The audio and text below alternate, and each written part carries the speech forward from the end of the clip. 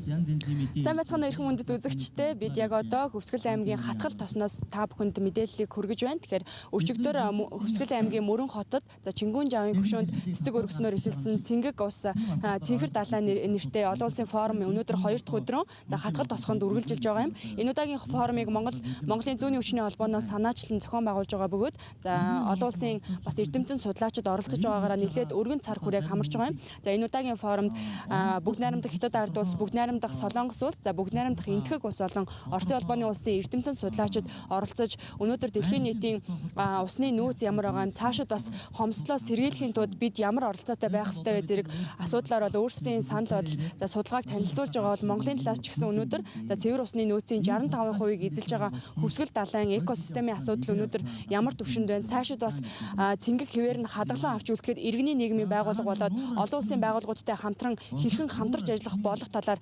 өнөөдөр бол маш чухал хэлтгэлүүд тавигдж байгаа. Тэгэхээр өнөөдрийн сая санаа эдийн засгийн мэдээллийн хөтөлбөрөөр үзэгч та бүхэнд бид Цэнхэр далай Цэнгэг ус олон улсын формоос бэлтгэсэн дараах нэвтрүүлгийг хүргэж байна. За 12 онд бол би зүгээр тоонууд нэлээвч ангийн зөрчил 71, ойн зөрчил 20.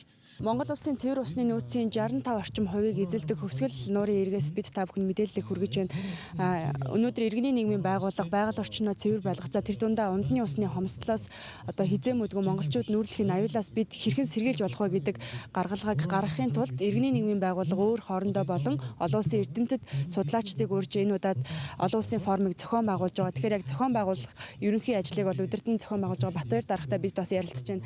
Тэгэхээр яг зүүнний хүчний холбоо яагаад заавал Хөвсгөл нуурыг цэвэр байлгахыг гэдэг дээр дуу хоолойгоо хүрэх болно. Яг өнөөдөр Хөвсгөл нуур эко орчин алдагдахад хүрсэн байгаа юу? Энэ дээр ер нь бол зөвхөн манай холбоо биш. Ер нь Монголын иргэний байгууллага, иргэн хүний үүрэг бол одоо энэ байгаль дэлхийгээ хайрлах асуудал л да. Тэр тусмаа бид нар бол одоо Хөвсгөл нуур гэдэг бол Монголын цэвэр усны нөөцийн тодорхой хувь, дэлхийн цэвэр усны нөөцийн тодорхой хувь. Тэгэхээр энэ бол одоо Монголын бас энэ дэлхийн далай.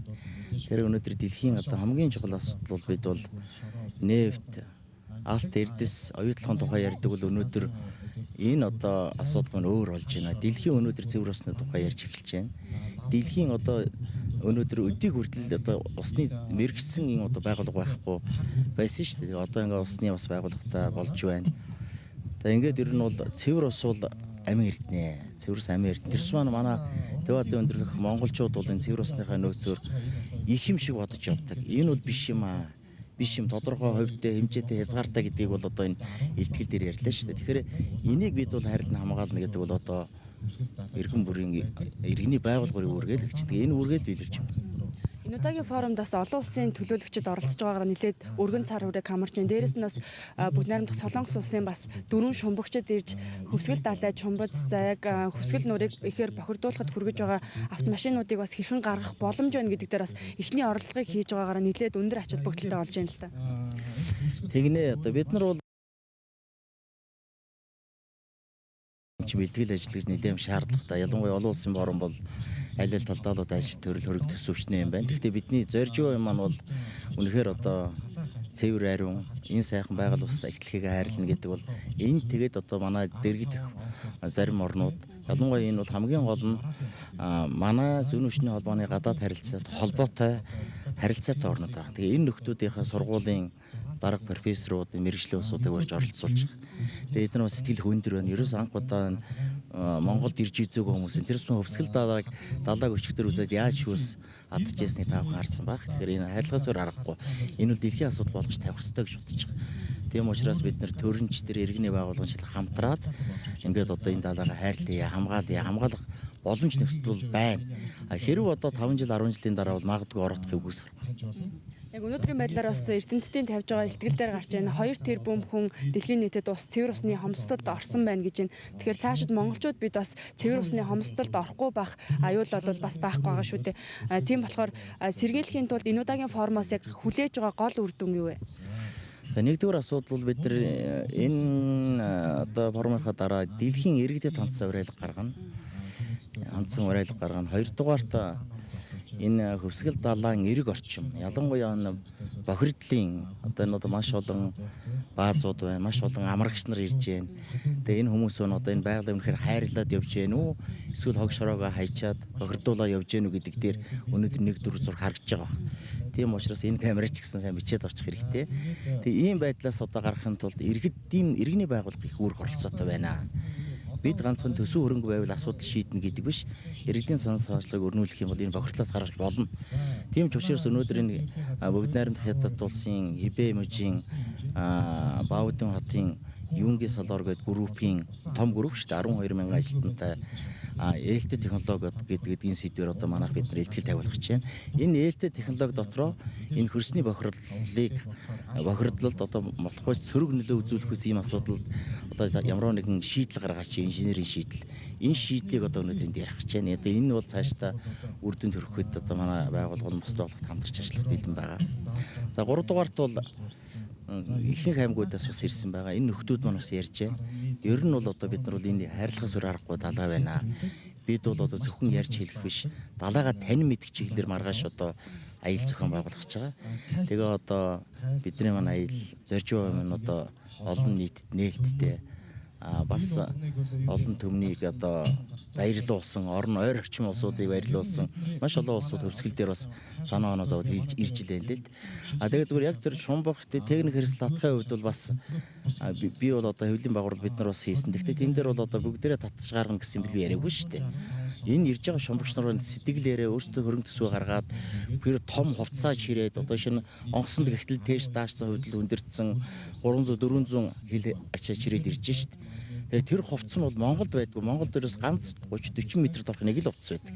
Тэгэхээр эдгээр чинь 100 200 м дорх хувцастайгаар ирж байгаа нөхдүүд бид нар баярлалаа гэж хэлэхгүй яах юм бэ? Тэгээд онцгой байдлын хяналтын дор бид нар бол одоо тодорхой цэг дээр нэг цэг дээр бол одоо шумбалт хийж байна. Одоо явцсан байгаа. Бид нар тэгээд дараа нь бас энэ чиглэлд мэдээлэл өгнө гэж бодож байна. Мэдээлэл хүргэсэн танд баярлалаа. За баярлалаа. Монгол орны усны нийт нөөц нь яг наривчсан судалгаагаар 599 шав километр ийм одоо нөөцтэй байдаг. Үүнээс одоо манай Монголын нууруудад нь 500 км хөвөн нуурууд дотор авалгаж байдаг. За мөсөн гол мөсдөл гэж одоо энэ Отгон тэнгэр одоо баруун алтай энэ мөсөн голууд бас 62.9 км шометр усан тэр мөсөн голууд дээр байна. За гол мөрөн дотор гол мөрөндөөс бол 34.6 м шав километр хөвөн гол мөрөн дээр байна. За газрын дор хус манай Монгол орны газрын дор хусыг одоо 2-3 чиглэлээр тогтоосон байдаг. Тэгээ сүүлийн үед одоо 1 тонн дээр тогтож байгаа. 10.8 км шав ус одоо газрын дор байна гэсэн. Энэ одоо манай Монгол орны энэ нутаг дэвсгэрээр бүрэлдэн тогтсон энэ нөөцнүүд 3 одоо том айсууд шилжиж очиод. Ер нь Монгол орн бол бас их онцлогтой. Дэлхийн усны хагалбарын цэг дээр бол манай Монгол орн байдаг. Тэр цэг нь болох тэр Төв аймгийн Эрдэнэ сумын Асралт уул гэдэг уул байгаа. Одоо тэр Жанчуулангийн Авшаан сувиллийн хойхон өөр Жанчуулангийн урдхан талд нэг уул байгаа. Тэн дээр одоо Монгол дэлхийн усны хагалбарын цэг. Тэгэхээр энэ манай Монгол орн өөр онцлогтой. Доороос нь гарч ирсэн дэлгэрүүлэгч энэ усны хагалбар нь 3 савгаас хуваагдчихдаг. Дэлхийн. Тэгэхээр нэг хэсэг нь бол хойд мөсөн далаар явждаг. Нөгөө хэсэг нь номхон далаа руу орчдөг. Нэг нь Төв Азийн гадагш урсгалгүй айс аваад хуваарлагдсан байдаг. Тэгэхээр энд эдгээрт одоо манай Монгол орны 17 том баахан гол мөрөн түүний дутгал олууд хийжээж байдаг. Тэгэхээр энэ хөвсгөл нууруулах дээр өнөөдөр эндээс эгийн голоос их аваад сэлэн мөрөнд цутгаад байгаль нуурд очоод байгаль нуураас амар мөрөнгөөр дамжиж ангар мөрөнгөөр дамжиж энсэ мөрөнд ороод тэр хойд мөсөнд болоогаар авчдаг. Өнөөдрийн байдлаар хөвсгөл далайд 20 гаруй тээврийг хэрэгсэлж ивсэн гэдэг албан тоо байдаг. Тэгэхээр түүнээс гадна бас хөвсгөл нуурын байгаль орчинд бас ихээр нөлөөг үзүүлж байгаа зүйл бол яхаа аргагүй хөвсгөл далайг тойрон үйл ажиллагаа явуулж байгаа 26 жуулчны бааз гэж хэлж болохоор байгаа. Тэгэхээр бид яг одоо хөвсгөл далайн тойрон үйл ажиллагаа явуулдаг жуулчны баазууд юу хэр байгаль орчны тал дээр хяналт тавьж чаддаг. За тэрэн дээр мэрэгжлийн хэлтийн байгууллага ямар оролцоотой ажилладаг талаар мэдээллийг авахар мэрэгжлийн хэлтийн ерөнхий газрын улсын байцаагч Нэмж Автай бас ярилцж байна. Танд бас энэ өдрийн мэндийг хүргэе. За баярлалаа. Та бүхэнд бас энэ өдрийн мэндийг хүргэе. Тэгэхээр хөвсгөл далайг тойроод өнөөдрийн байдлаар 26 жуулчны бааз байдаг гэж байна. Ер нь шалгалтаар явж байхад эдгээр жуулчны бааз ер нь байгаль орчны асуудал дээр хэр хяналт шалгалт сайн тавьж ажиллаж чадж байна. Ямар дутагдал ер нь төлхөө гаргаж байна. За манай Мишлийн хамтын ерөнхий газрын нэгдсэн төлөвлөгөө 2012 он мөн 13 оны төлөвлөгөөн дээр бол улсын хэмжээнд аял жуулчлалын баазууд за мөн уул уурхайн чиглэлээр нэгдсэн шалгалтууд явдаг. За тэгээд 2012 оны нэгдсэн хян шалгалтаар бол нийтдээ Хүсгэл аймагт бол аймгийн мэргэжлийн хяналтын одоо дүнгээс үзэхдээ 26 зүүчний бааз Хүсгэл далайг тойроод бол байна гэсэн. Энэ дээр бол ер нь төлхөө хян шалгалт хийхэд бол тухайн аж ахуйн нэгж байгууллагууд нь одоо гол мөрөн нуурын одоо энгийн хамгаалтын бүс гэж байдаг. Тэрний дэглэмийг зөрчсөн. За тэгээд газрын хянан магадлагаа гэж байдаг. Тэрийг одоо хийлгээгүй. За тэгээд байгаль орчин ногоон хөгжлийн яамнаас байгаль орчны менежментийн төлөвлөгөө гэд жил болгон батлуулж тэрэн дээр хөрс ус агаарын одоо тодорхойлж зэрэглэлийн тодорхойлдог гэдэг. Энэ болгоныгоо зарим аж ахуйн нэгж байгууллагууд бол бас төдийлөн хийгээгүй, тайлан мэдээгээ гаргаж холбогдох газар хөргүүлээгүй ийм зөвшөөрлүүд бол илэрсэн. Тэгэхээр сүүлд хийсэн судалгаагаараас хөвсгөл далайн яг усны агуулмжинд байдаг 105 элементэд судалгаа хийхэд ерөнхийдөө бол нормал байна гэдэг дүн гарсан байна л да. Гэсэн ч сүүлийн үед бас үйл ажиллагаа эрхэлж байгаа жуулчны баазуудын нөлөөгөөр бас нуурын ус бохирдох юм эрсдэл бол ойрхон байгаа гэдгийг бол эрдэмтэн судлаачид анхааруулсаар байгаа. Цаашид энэ баазууд дээр тавих хяналтаа илүү сайжруулахад хууль эрх зүйн орчин ер нь хэр хангалттай байдаг вэ? Өнөөдөр яг хууль эрх зүйн орчин байгаад байдаг. Энэ дээр тавьж байгаа хяналт нь суул байгаа нь хуулийн орчин байхгүй юм шиг ойлголтыг иргэдэд төрүүлээд байдаг шүү дээ. Тэ манайх Мишлийн хамтын ерөнхий газраас бол нийт 2010 нэгдсэн хян шалгалт 21 аймаг нийслэлийн хэмжээнд 310 сумыг хамруулан хүн амын унтны усны чанар аюулгүй байдал гэсэн хян шалт хийсэн. Энэ дээр мөн адилхан Хүсгэл аймгийн хэмжээнд Хүсгэл далайг тойрж байгаа аж ахуйн баазуудаас бид нар өөрсдөө цэгийн тогтоож шинжилгээтэй хян шалтыг хийсэн байгаа. За энэ дээр ер нь бол бид нар усанд байх үндсэн 9 агуулмж натрий, кальц, нитрат, за pH тэдний үзэгдэл стандарт төвшөнд байна гэж бол гаж ирсэн. Тэгээд өнөөдрийн одоо манай бас хууль эрх зүйн орчин бас тодорхой хэмжээний бид нар одоо хян шалтаар явж байгаа гэхэд аж ахуйн нэгж зөрчил гаргахад 200-аас 250 мянган төгрөгийн таргуулийн арга хэмжээ тавьдаг. Тэгээд нэг хаагт дүгнэлт гаргаад гэдэг. Энэ нь өөрөө аж ахуйн нэгж байгууллагуудад айгүй одоо хялбар ийм учраас торгуулахыг тийм учраас ер нь цаашлаад бас нэг хууль эрх зүйн орчин боловсонгүй болох тал дээр бол нэлээд бол ажил хийгдэж байгаа. Тэгээд сая бас газар даргын зөвлөлөөлөг хилцүүлээд холбогдох яамуудад руу явуулаад байгууллагын ногоон хөгжлийн яамаас ч гэсэн энэ асуудалтай маш төлхөө ажиллаж байгаа. Тэгэхээр энэ цаашлаад ер нь бас хүлээх хариуцлага нь өндөрсөж улам бас нарийн болж одоо байгаль дэлхийн хамгаалалт бол бас нэлээд одоо төхөм ажил болох байхаа л гэж бодож байна. Ер нь яг жуулчны баазууд үйл ажиллагаа явуулахын тулд ямар стандартыг хангасан байх шаардлагатай. Мэдээж хамгийн гол тулгамддаг асуудал бол цэвэр бохир усны асуудал байгаа шүү дээ. Тэгэхээр ихэнх баазууд одоо бидний бас энэ хаваар явж үзэхэд нэлээд хэдэн баазууд бол энэ асуудлаа шийдээгүй ажиглагдаж байна. За ер нь Хөвсгөл нуурыг тойроод нийтдээ 26 бааз байгаа. За энэ 26 баазаас бол яг бидний албан ёсны тоогоор бол 8 зүүчний бааз бол огт одоо бохирын усан одоо бохир ахуйн бохир тий мэдээж ахуйн бохир за тэгээд тэр 0 тэр асуудал бас шийдээгүй энэ асуудал байгаа. Ер нь аял жуулчлалын компани одоо стандарт тэр нь бол одоо мэдээж тодорхой хэмжээний хамгийн эхлээд одоо байгаль орчин нөлөөлөх наривчлан үнэлгээ чийлэгдэг байгаль орчин талаас тэгээд энэ байгаль орчин нөлөөлөх наривчлан үнэлгээнд дээр юу тусдаг вэ гэхээр тухайн тэр газрын суур үнэлгээ байна ямар байдаг анх ямар байсан тэр үйл ажиллагаа явуулаад цаашлаад ямар болсон тэр болгоныг оруулж өгдөг тэгээ энэний хамгийн гол одоо амин сүнс гэдэг нь байгаль орчин менежментийн төлөвлөгөө жил болгон хийлгээ тэргээ батлуулдаг тэр юм байхгүй болчиход тэд нар юу хийгээд яаж бохирдоод байгаа гэдэг өөрөөсөө бас энэ дээр бол манай байгууллагын зүгээс хяналтаа маш их хийлдэг зөвлөмжүүдээ ингээ яадаг мөн байгаль орчин яамнаас энэ нэг ингээ сайжруулал ийм гэсэн юм өгдөг. Гэхдээ энэ төдийлөн бас хэрэгжиж байгаа сайн болгосон газрууд ч байгаа тэр нь хэрэгжихгүй байгаа газарч бас энэ байгаа л энэ бол ер нь бол зөрчлийн хэмжээ оноос дамжуулахдаа бас тодорхой хэмжээгээр буураад байгаа. Тий. Тэгээд тэгсэн хэдийч гэсэндээ одоо тэр буураад байгаа нь бас ард түмэн нийт бас төдийл нь бас хөрөхгүй ч юм уу тий. Ийм их бас тохиолдлууд бас байгаа. За мэдээлэл хүргэсэн дээр. За баярлалаа. Та бүхэнд ажлын өндөр амжилт хүсье. 1972 онд дэлхийн эрдэмтдийн хийсэн судалгаагаар манай дэлхийн нийт усны нөөц 1.3 тэрбум км куб устай гэсэн тооцоог бол гаргасан байгаа. Тэгэхээр эдгээр усны бол 97 орчим хувийг далай тэнгисийн ус эзэлдэг бол 3 орчим хувийг бол цэвэр усны нөөц эзэлдэг байгаа. Тэгэхээр өнөөдрийн байдлаар дэлхийн нийтэд бол 2 тэрбум орчим хүн цэвэр усны хомсдолд орсон гэдэг тоо байгаа бол дэлхийн нийтийн хүн ам цаашид нэмэгдэж за 2050 он гэхэд дэлхийн хүн ам 9 тэрбумд хүрэхэд бол 3-аас 4 тэрбум хүн цэвэр усны нөөцөд цэвэр усны нөөцгүй болж за хомсдолд орохын эрсдэл байгаа гэдэг урьдчилсан тооцоог эрдэмтэд гаргасан байгаа. Иймээс ч цэвэр усаа хайрлан хамгаалж за цэвэр усны хомсдлоос сэргийлэх нь бол өнөөдөр дэлхийн нийтийн анхаарлын төвд яах аргагүй ороод байгаамаа. Иймээс ч энэ удаагийн олон улсын форумд за дэлхийн томоохон улсууд болох бүгд найрамдах Хятад ард улс, бүгд найрамдах Солонгос улс, за бүгд найрамдах Энэтхэг улсын төлөөлөгчид ирж өөрсдийн оронд тулгамдж байгаа цэвэр усны асуудал болоод за Монгол улсад цаашид цэвэр усны нөөцөө хамгаалахад ямар сайн туршлагыг нэвтрүүлэх боломжтой талаар өөрсдийн байр суурийг илэрхийлж байгаамаа. As I mentioned in my presentation also, Энэ нь урд нь болохоор Энэтхэг улсын хэмжээнд 40-оос 50 фитийн гүнд болохоор усны насосыг усны гүний насосуудыг суйрлуулж ажилуулдаг ахын нөхцөлд суйрлуулан усан хангамж зохицуулдаг байсан.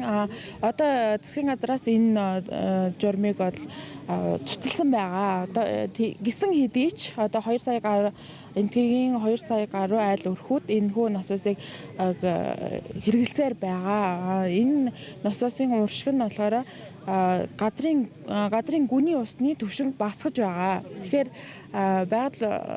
Энэтхэгийн байгаль орчны газраас энэ одоо үйл ажиллагааг бүрэн зогсоох мөн талаар илүү одоо хүч тавьж ажиллах тийм цаг үе нэрчээд байгаа.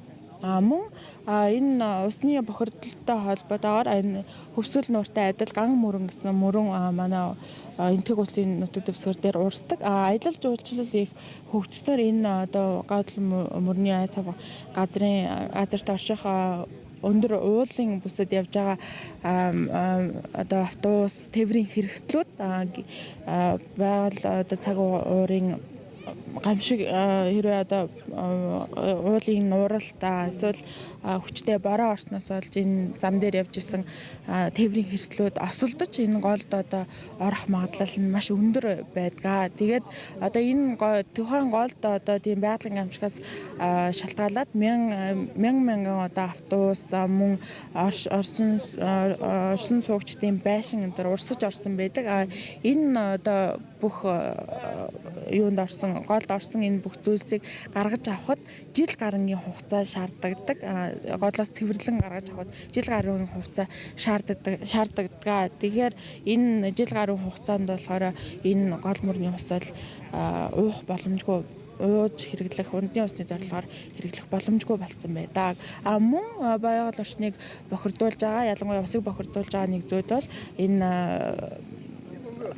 полимер одоо гялгар хуванцар гялгар уутны хэрэглээ байгаамаа. Энэ одоо Монголд би одоо маш олон супермаркетууд хуванцар гялгар уутуудыг хэрэглэж байгааг харсан. Энэ Энэтхэгт болохоор одоо гялгар уутны хэрэглээг зогсоогоод цаасан уутнуудыг хэрэглэдэг болж байгаа. Энэ нь бас мөн одоо энэ ус ундаа үйлдвэрлэдэг үйлдвэр аж ахуйн газрууд мөн одоо хуванцар самнуудыг маш ихээр хэрэгжилж байгаа. Үүнийг бас зогсоох юм бол одоо усны хэрэг цэвэр усны хангамжийг мөн сайжруулах болох юм аа. fell into that river. Солонгос улсад бол улсынхаа төсвөр усныхаа одоо юуг зохицуулдаг үйл ажиллагааг одоо хамгаалах одоо үйл ажиллагаа зохион байгуулдаг. Тэгэхээр солонгосчууд өөрсдөө хэрэглээнийхээ усыг хүртэл одоо хайр гамтай одоо ашигладаг. Тийм учраас одоо солонгосчууд бүгдээрээ өөрсдөө дор бүрнээ усыг одоо хайрлж хамгаалж ашигладаг. Хамгийн чухал нь юу гэхээр ерөөсөө иргэн болгон усыг өөрсдөө одоо энэ одоо үн цэнтэй юм аа гэдгийг нь одоо сайн ойлгодог учраас энэ бол хамгийн одоо ийм одоо хүн болгонд иргэн болгонд байх ёстой ухамсар юм аа. Хуулиа хүртэл одоо тэгж боловсруулах хэрэгтэй байна. Энэ байгаль орчиндөө бохирдлгүйгээр одоо энэ зэрлэг амьтад хаана яаж бэлчих вэ? Цэвэр устай газрын ойр тойронд бол энэ зэрлэг амьтдыг бас ойр тойронд байлгахгүйгээр малаа бас өөр газар одоо бэлчээрлүүлдэг ийм бас улсын бодлого байх хэрэгтэй. 有可能的，但是只是对于 бид нар амралтын газруудад нэг юм газрын хөрсөн дор маш нэмэггүй хөрсөн дор нэг сав яага бэлдээд тэрийг 3 төрлөг 3 хэсэгт хуваагаад тэм дотроо нэг гаднаас нь нарны энергиэр сенсээр тэрийг бохироо цаадлын систем руугаа шилжүүлдэг. Тэгээд тэнд нь химийн юугаар уралд оруулаад бохирын дэндээ үлдээд дахиад цэвэр усыг гадагш нь гаргах боломжтой тийм систем бид нар одоогийн байдлаар хэдтийн өмнөд нутгаар ашиглаж эхэлж байгаа. Энэ яг амралтын баазд бол хамгийн тохиромжтой энэ цэвэр усыг бохирдлыг цэвэрлэх нь яагаад гэвэл амралтын баазд өвөлдөө ажиллахгүй зундаа зөвхөн хүн өглөө авах чадaltaй. Хотод төв суурин газар бол ямар нэгэн байдлаар суурьжуулах боломж байхгүй. Үл энэ болохоор хүн ирэхгүй учраас байрлалд хамгийн тохиромжтой гэж үзэж байгаа. 如果用到 2010 оны статистик мэдээлэлээр манай улс жилдээ 500-аас 600 сая шометр усыг ол хэрэглэсэн гэдэг тоо мэдээлэл байна. За үүнээс хамгийн их усыг нь хөдөө аж ахуйн салбар буюу 228 сая шометр усыг 2010 онд хэрэглэсэн юм статистик мэдээлэл байгаамаа. Харин Монгол Улсын хүн амын унтны усны хэрэглээнд бол 2010 оны байдлаар 55 шометр усыг бол хэрэглэсэн гэдэг тоо мэдээлэл байгаа бол манай улсын тэргүүлэх салбар гэж нэрлэгдээд байгаа уулуурхаан салбарт 2010 оны байдлаар 35 сая шометр усыг бол хэрэглэсэн гэдэг дүн мэдээлэл байна. Тэгэхээр 2010 оны хувьд бол нийтдээ манай улс жилдээ 558 сая шометр усыг хэрэглэсэн энэ үзүүлэлт нь боломжит нөөцийн дөнгөж 2% та тэнцэх хэмжээний үзүүлэлт байгаа. Тэгэхээр 2% гэдэг бол өнөөдөр манай улсад цэвэр усны нөөц хангалттай мэт санагдаж байгаа боловч өнөөдөр Монгол улсын цэвэр усны нөөцийн 65%-ыг агуулж байгаа хөвсгөл талын асуудал бол яа харахгүй бидний бол анхаарлын төвд байх ёстой гэдгийг эрдэмтэд анхааруулсаар байна. Учир нь дэлхийн нийт өнөөдөр 2 сая хүн цэвэр усны хомсдолд ороод байгаа бол манай улс энэ хэвээрээ хөвсгөл далайгаа хайрлан хамгаалахгүй цаашид бас хөвсгөл далайг зорио ирэх жуулчдын тоо жилээс жилд нэмэгцээр байвал бид тун удахгүй бас цэвэр усны хомсдолд орох эрсдэл ойрхон байгаа гэдгийг эрдэмтэн судлаачид сануулсаар байгаамаа. Би бол урд нь би бол Солонгосын Ганган гэж мөчийн Ганган далайд бол өстой ер нь бол байнга шумтаг байсан. За хөвсгөл нуурын хувьд бол онцлог нь юу гэдэг хүүтийн юм байдаг юм байна. Тэгээд их цэнгэг устай юм хүүтийн юм байдаг юм байна. Би бол анх одоо энэ хөвсгөл нуурд живсэн энэ хөлөг онгоцыг гаргахад одоо ямар болцоо байна гэдэг одоо судалгааг ямарсан хийж өгөөч гэсэн энэ хүсэлтээ одоо хүлээж аваад ирсэн байнамаа. Тэгэхээр бид нар бол ер нь өнөөдөр бол хамгийн гол их одоо шумбалтай хийлээ. Маргааш бол бид шумбалт хийж бас цаг хугацааны хувьд амжихгүй магадгүй. Бид бол зорж ирсэн асуудал бол ерөөсөө энэ судалгаа хий. Тэгээ одоо бас цаашдаа бас хүмүүс ийм боломж байна. Гаргаж бас болох юм байна. Яаж бас гаргах уу гэдэг бас тал дээр нь зөвлөе. Тэ тусламж аваад бас бид ч бас хамтарч ажиллаж болно. Удаанаги 위해서 Энэ шумбалт бол одоо сургалт биднэрт бол сургалт тэгээд цаашдаа одоо энэ хөвсгөл талаагаа цэвэрлэх тийм арга талын ажил байгаа юм. Одоо энэ бол бас нэлээд өгөөчтэй бид нарт сурах солонгос улсуудаас аврагчнаас бол сурах юм байна. Эднэр ч бас суралцах юм байгаа. Тийм ээ. Харилцаал тийм солилцох тийм сургалтал маягийн тэгээд бас нэг хөвсгөл талаагаа хог юм одоо сая бол бид нар шумбалтлаа. Энэ живс онгоцны ойролцоо байгаа энэ хог орчмыг хогийг түүж гаргаж ирлээ. Хэдэн метрийн гүн ч? Сая бол энэ онгоцны энд бол 15 м гүн байгаа. Тэгэл ойр орчимд одоо ингээл загасны тор хаяад загас тороо хаянгуудаа тороо авч чадахгүйгээр тастаад одоо энэ бүх ингээд загаснууд одоо ингээл хий димийн усан дотор ингэж ялзарч муу удаа Энэ чинь бас байгаль энэ одоо далайг бол бас муутгаж чинь л гэсэн үг шүү дээ. Энэ чинь бол энэ үхсэн муу юм бол байна гэдэг чинь бас л тийм ээ. Солонгос шумбагчдын хувьд бас энэ удаагийн шумбалт бол хөвсгөл далай маш цэнгэг хэрнээ айгүй хүүтэн байлаа гэд өмнө шумсан далайнуудтай харьцуулахад ус бол нэлээд хүүтэн байлаа гэж хэлж байна л да. Тэгэхээр Монгол шумбагчдын хувьд бол ер нь хамгийн рекорд нь яг хөвсгөл далайд хэдэн метрийн гүнд шумбаж исэн бай. Тэгэхээр солонгосчуудаас бас мэдээж өмсгөл хувцаараа Монгол онцгой байдлынхын ер нь хэр хангалт цайтай байд юм бэ? За энэ солонгосчууд бол ерөнхийдөө бид нарт ер нь ижил хувцас хэрэгсэлтэй байна. Тэгээ илүү юм гэвэл одоо тэр усны гүнд зураг авдаг камер, аппарат энэ бүгд илүү байна.